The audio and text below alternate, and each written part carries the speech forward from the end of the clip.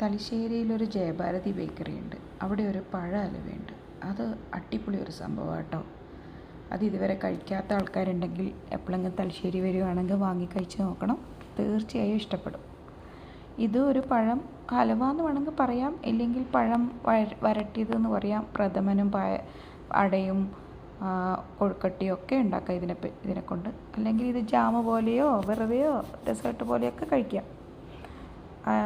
ഈ ഒരു പഴ വരട്ടിയത് ഉണ്ടാക്കുമ്പോൾ എനിക്ക് ഓർമ്മ വന്നത് നമ്മുടെ വെക്കേഷനാണ്. അതായത് കല്യാണം കഴിഞ്ഞ് ഞങ്ങളൊക്കെ പല സ്ഥലങ്ങളിൽ, ഞാനും എൻ്റെ അനിയത്തിമാരും പല സ്ഥലങ്ങളിലെത്തി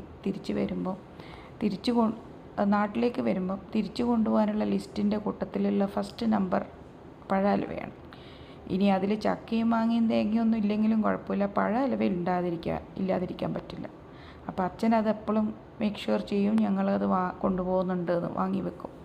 അപ്പോൾ അമ്മയാണ് ഇതിന് അച്ഛനെ എല്ലാത്തിനും ഓർമ്മിപ്പിച്ചിട്ട്, നിങ്ങൾ വാങ്ങിയില്ലേ പഴ ഹലുവ, വേഗം വാങ്ങിക്കൂ എന്ന് ഓർമ്മിപ്പിച്ച് വെക്കുന്നത്.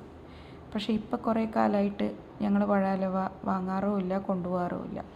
കാരണം അത് പറയാൻ അമ്മയില്ല, പിന്നെ പോകാൻ അച്ഛനും ആരോഗ്യമില്ല. എന്താ ചെയ്യുക അല്ലേ?